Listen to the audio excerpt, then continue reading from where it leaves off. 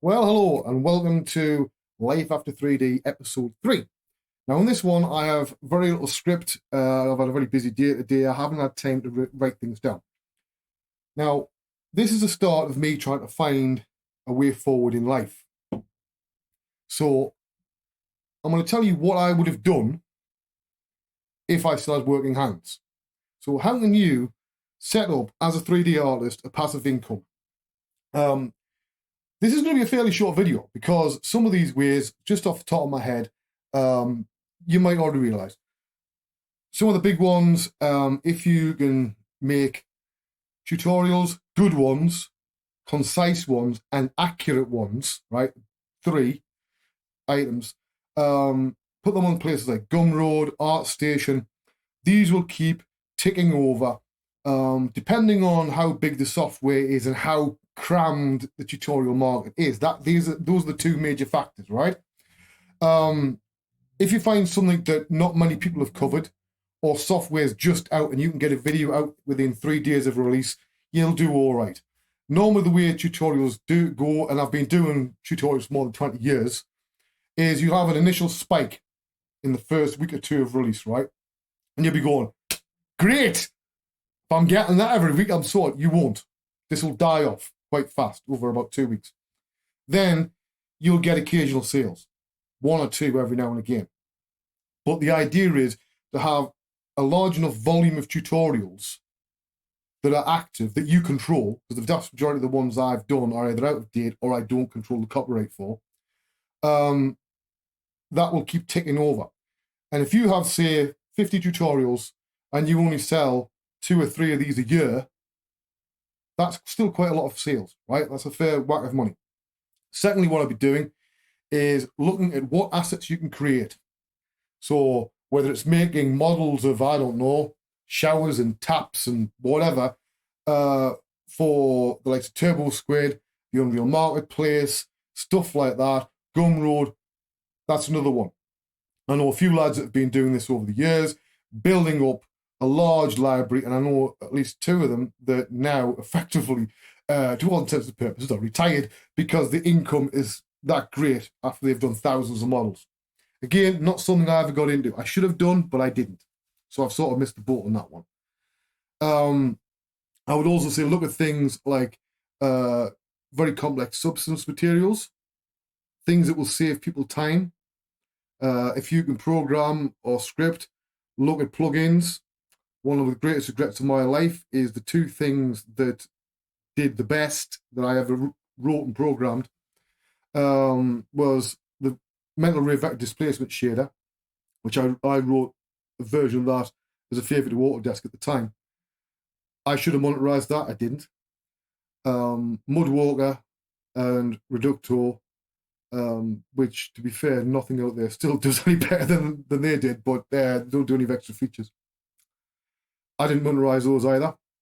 A lot of my thinking at the time was, I'm an artist, I'm not a shopkeeper. I don't want to be doing all this complicated financial shit.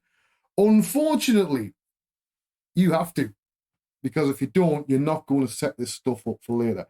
What you're looking at is to create a massive volume of high quality assets, ideally. I can't do any of that, or minimal amounts of it. I will never be able to get the volume to create a constant stream of income that will keep me going, right? So I'm giving you the free ideas there for yourselves. I know there's a lot of stuff. If you can come up with something really good in the Unreal Marketplace, people will buy assets there, but it's trying to find something that isn't overcrowded. You know, there are millions of environment shaders, but maybe 4 or 5 have sales, decent amount of sales. It's the reason why I never released one, because the market is swamped. Now, if you think that the next big thing is going to be, I don't know, historical sci-fi, and that's going to be the next thing in games, great, make some assets for that. That's all down to you, your own research, and what you can do. I know a lot of people that have make a little bit of money now and again, either by doing one-on-one teaching. The trouble with that is, the vast majority of the market is the United States and Canada, right? That's it. That's 75% of your market. So if you're from Europe, you're going to have to be doing some late nights. right? That's never been my thing. Right? I'd much rather have a life on a night time than be working until 3 o'clock. Right? That's a possibility. As well as stuff like that, if you can get into the right contacts, I used to write for 3D magazines. It doesn't pay a lot, but again, you're looking at volume of income, different things, the amount of different incomes you have that spread the market. Never put all your eggs into one basket. To talk like the gambling addict I used to be, you need to spread bet, right? You're going for massive volume of stuff out there by the time you're my age. Then, as long as you keep things updated, there'll always be things that'll fall to the wayside because people are no longer working that way, or they need a better quality of asset or whatever. That's fine, right? But ideally, you want to keep things trickling over. Sometimes that will require a lot of donkey work. So if you're making, say, a substance material, right, it's got to be something that is going to save somebody a massive pile of time and effort, right? If it's just damaged concrete material number 407, you will not make a beam, right? So you've got to put a certain amount of effort into these things. A lot of it is getting the word out there. Now, back in the days of forums, that was my superpower. You couldn't move about 2009, 2010 for seeing my name promoting whatever the next thing I was doing out there. And yes, you will get people who don't like it. They will have a bit of a hissy fit. They can get over it, right? You've got to promote. If you don't have the self-confidence to do that, then it gets a lot more difficult.